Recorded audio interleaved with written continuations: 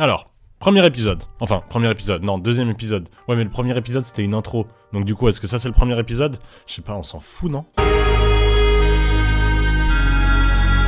Je crois que dans mon cerveau, on n'est pas qu'une seule personne. Oh, mais ça s'appelle la schizophrénie, ça, non? Non, la schizophrénie, oui, ça peut être un des symptômes, mais c'est pas vraiment que ça. Ah, mais pourtant, j'ai vu le film Split, et puis à l'intérieur, le personnage principal, il a 12 personnalités, je crois, et il disait qu'il était schizophrène. Oui, mais ça, c'est les films. Moi, je viens pas te casser les couilles en te disant qu'il y a des petits bonhommes dans ta tête parce que j'ai vu Inside Out. Et puis, de toute façon, se parler à soi-même ou avoir l'impression d'avoir plusieurs personnalités dans sa tête, bah, c'est pas forcément symptomatique de la schizophrénie. Mais bref, je sais même pas pourquoi je suis en train de raconter ça. On était parti sur une histoire du cerveau pour commencer le cours. Parce que, apparemment, bah, tous les cours commencent comme ça. Une histoire du domaine. D'ailleurs, 2 mots sur cet éclairage éclaté, juste un rayon de soleil qui me vient dans la gueule. Alors bon, je sais pas comment ça donnera à l'image, mais sur le retour, ça a l'air dégueulasse.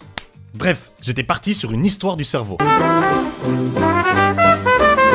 Alors, déjà, si on en croit la définition de Ambroise Bierce, je sais plus, dans son dictionnaire écrit en 1906, eh ben, le cerveau, c'est un nom masculin qu'il définit comme l'appareil avec lequel nous pensons que nous pensons.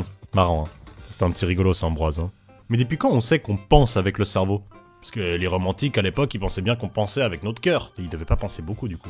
Bah, on a retrouvé des cadavres de la préhistoire. Enfin, des cadavres. Vu ce qu'il en restait, c'était plutôt des squelettes que des cadavres, hein. Mais du coup, on a retrouvé sur ces cadavres des traces de trépanation.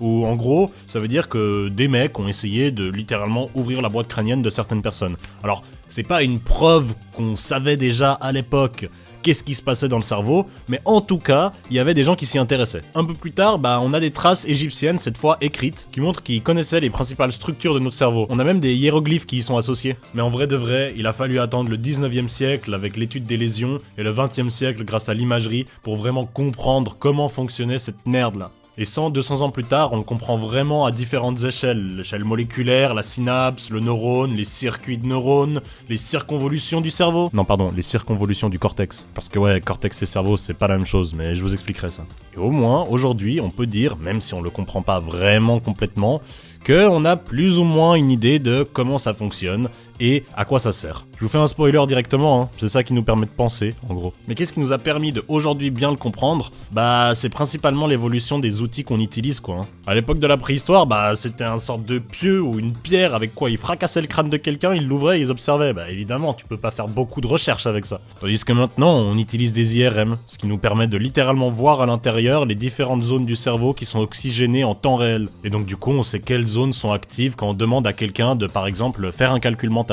Et J.Z. Young, pas Jay-Z, hein, J.Z. Genre un I et un Z, un J et un Z. On dit J ou on dit Ij? Bref, quoi qu'il en soit, Young, il nous disait que l'humain, on crée des outils et ensuite on se façonne nous-mêmes en les utilisant. En gros, en neurologie, ça veut tout simplement dire qu'à chaque fois qu'on fait une découverte sur nous-mêmes, bah ça nous remet en question un peu notre relation corps-esprit. Voilà. Sur cette citation, je vais vous laisser.